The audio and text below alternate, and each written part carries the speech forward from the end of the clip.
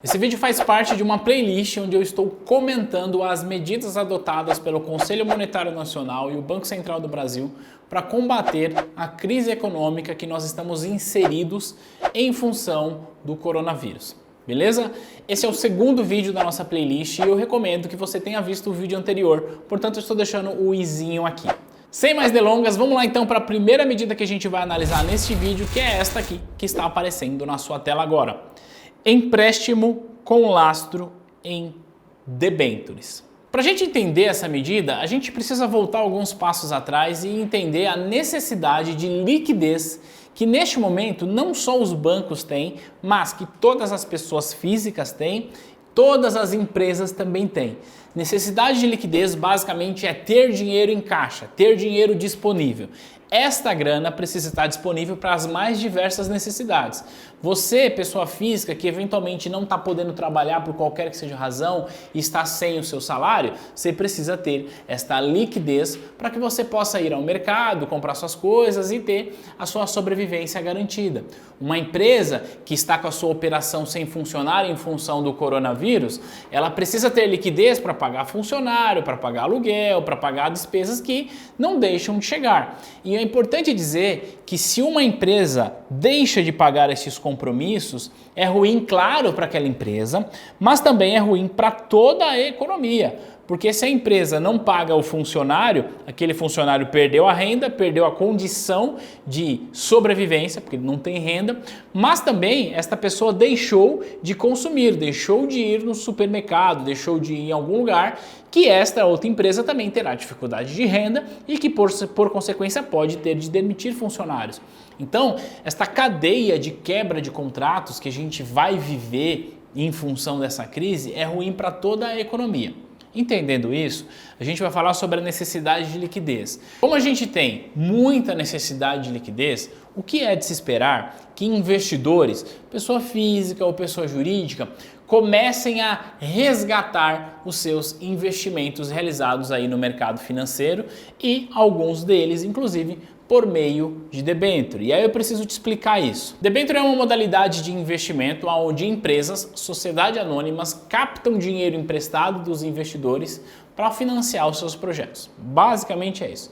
Acontece que desde 2011 a gente tem no Brasil a lei das debêntures incentivadas, que é uma modalidade de investimento que foi criada para que os investidores pessoa física, ao investir nessa modalidade de debênture, não paguem imposto de renda com relação aos seus rendimentos. E em função disso, o mercado de debênture cresceu muito de 2011 para cá. E em função disso, muitos fundos de investimentos nasceram para acessar esses produtos. E o que está acontecendo agora é o seguinte, olha só, o investidor na ponta solicita o resgate do seu investimento no fundo de investimento que comprou essa debênture. O gestor do fundo de investimento precisa, então, por consequência, vender essas debêntures no mercado, resgatar essa grana para pagar o investidor na ponta, seja o pequeno investidor, o grande investidor e por aí vai.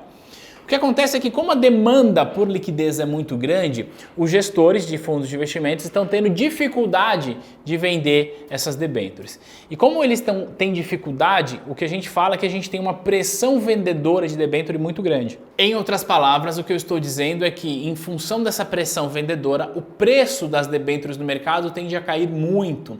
E ao cair o preço, o que vai acontecer com efeito em cadeia é outros investidores que nem haviam pensado em resgatar essa grana, começam a olhar os seus fundos e dizem, opa, peraí, esse negócio não para de cair, preciso resgatar minha grana. Ou seja, gerando ainda mais uma demanda por venda desses papéis, derrubando ainda mais o preço. E aí a gente entra num ciclo vicioso que não é bom. Então o que o Banco Central está fazendo é o seguinte, ele está dizendo assim para os bancos, bancos, vocês podem comprar essas debêntures no mercado e, se você precisar, eu empresto dinheiro para você com garantia nessa debênture.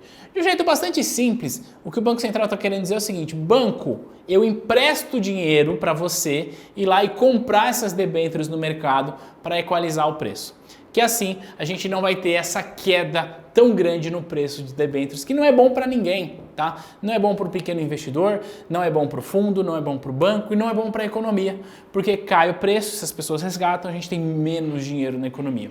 Então essa é uma modalidade nova, até então o Banco Central nunca tinha feito algo parecido com isso, que é fazer uma operação compromissada com lastro em debêntures. É uma coisa nova no nosso mercado. Segundo o Banco Central, esta operação tem o potencial de gerar uma liquidez de 91 bilhões de reais no mercado financeiro. Porque vai gerar liquidez para essas debêntures e ao gerar liquidez para essas debêntures, gera liquidez para quem está solicitando o resgate disso.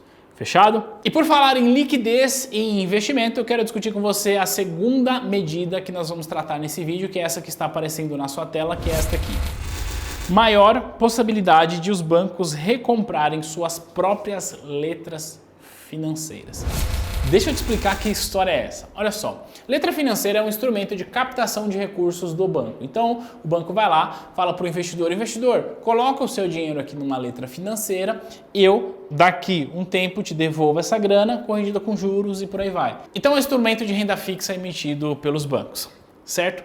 O que acontece é que antes dessa medida, a letra financeira tinha a seguinte característica: o prazo mínimo de vencimento era de 24 meses. Portanto, significa dizer que o banco, ao captar dinheiro do investidor, tinha que dizer para o investidor da seguinte forma: querido investidor, estou captando a sua grana, no entanto, eu só posso te devolver, no mínimo, daqui a 24 meses. Antes disso, não posso te devolver. Tá certo isso? Quase isso, porque tinha uma regrinha ali no meio que possibilitava o resgate antecipado dos bancos dessas letras financeiras. E essa regrinha dispõe da seguinte forma, que o banco poderia recomprar essas debêntures, em outras palavras, devolver o dinheiro do investidor antes dos 24 meses, se o valor da sua compra fosse 5% do valor que ele tinha captado. Em outras palavras, se o banco tivesse captado dos investidores 1 bilhão de reais via letra financeira e quisesse resgatar essa grana antes dos 24 meses, ele poderia fazer isso. No entanto, ele poderia resgatar apenas 5% disso, que no caso, 50 milhões de reais. Os outros teriam, claro, de esperar os 24 meses. O que acontece com a letra financeira depois dessa medida?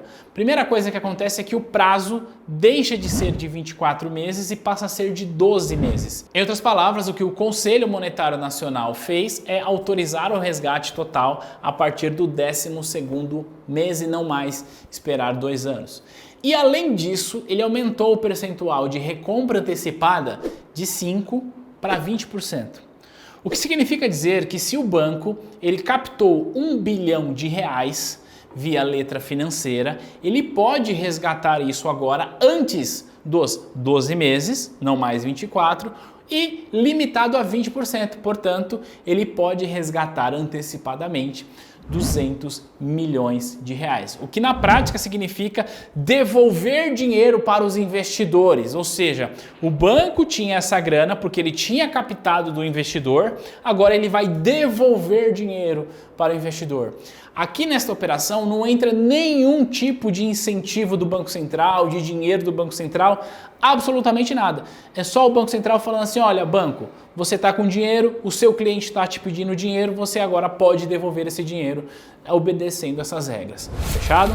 E segundo o Banco Central, esta medida tem o potencial de injetar 30 bilhões de reais na economia, porque ele flexibilizou ali a condição de resgate antecipado de letra financeira. Fechado? E ainda por falar em investimento, eu quero tratar contigo nesse vídeo mais uma medida que é essa que está aparecendo na sua tela agora. É o novo depósito a prazo com garantia especial. Existe uma modalidade de investimento no nosso mercado chamada de DPGE. DPGE é Depósito a Prazo com Garantia Especial. Isso já existe, é amplamente utilizado e basicamente funciona da seguinte forma.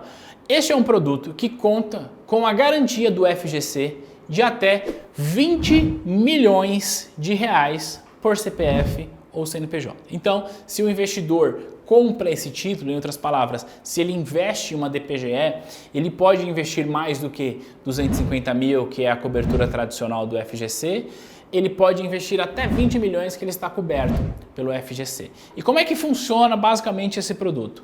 Da seguinte forma, a instituição financeira quer emitir uma DPGE, ela precisa de autorização do FGC para fazer isso, porque o FGC vai dar essa garantia especial, e a instituição financeira precisa alienar fiduciariamente alguma garantia para o FGC. Que é mais ou menos assim, a instituição diz para o FGC, FGC, quero captar dinheiro, você garante até 20 milhões por CPF? O FGC diz, garanto, só que você, instituição financeira, precisa colocar uma garantia aqui no FGC.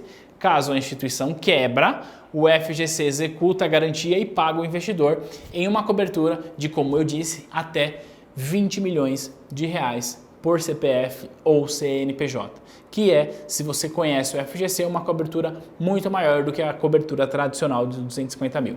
Certo? Esse produto já existe, funciona muito bem, já tem um bom tempo. O que essa medida traz é que agora as instituições podem emitir uma coisa que o Banco Central vai chamando de nova DPGE. Basicamente essa dinâmica tem a mesma cobertura de 20 milhões de reais, mas dispensa a instituição financeira de alocar garantia, de fazer essa alienação fiduciária no FGC. Então é o FGC quem garante, o banco não precisa mais colocar a garantia aqui, trazendo mais flexibilidade para a emissão desses papéis. Uma coisa bastante importante para dizer é que aqui também não existe nenhum dinheiro de Banco Central, nenhum dinheiro público, absolutamente nada. O FGC é um fundo privado, que é o fundo privado que dará essa garantia adicional aí do FGC sem exigir essa contrapartida da instituição. E é claro que para isso o FGC vai entender qual é a instituição que está emitindo esse papel, certo? E uma coisa bastante interessante é que, segundo o Banco Central, essa medida pode injetar até 200 bilhões de reais a mais na economia. E uma coisa interessante da gente olhar é que essa medida vai favorecer principalmente os pequenos e médios bancos, porque essas instituições elas têm mais dificuldade de captar. Agora, como elas têm uma garantia adicional vinda do FGC, elas poderão oferecer isso aí para os seus clientes. Então são 3 medidas discutidas neste vídeo e todas essas 3 medidas estão relacionadas a produtos de investimentos que têm potencial de trazer recursos para a economia. A gente falou de empréstimo do Banco Central com lastro e debêntures, a gente falou da nova DPGE e a gente falou da flexibilização da recompra de letra financeira. São medidas que, juntas, têm o potencial de colocar 321 bilhões de reais a mais na nossa economia. E isso, claro, tende a levar mais dinheiro para a ponta ou não necessariamente, a gente pode discutir sobre isso em um outro vídeo, mas este é o fato. Se você tem alguma dúvida, alguma pergunta, alguma sugestão, deixa aqui no comentário deste vídeo, porque quando a gente terminar de postar todos esses vídeos, eu vou gravar um vídeo para responder as principais perguntas. Tudo bem? Se você gostou desse material, se ele fez sentido, deixa aqui um joinha, confere se você está inscrito no canal, se não tiver, se inscreve, ativa a notificação, porque amanhã sai mais um vídeo da nossa playlist tratando sobre as medidas que o Banco Central vem tomando para combater a crise econômica no nosso país. Fechado? Eu te vejo amanhã no próximo vídeo. Tchau, tchau!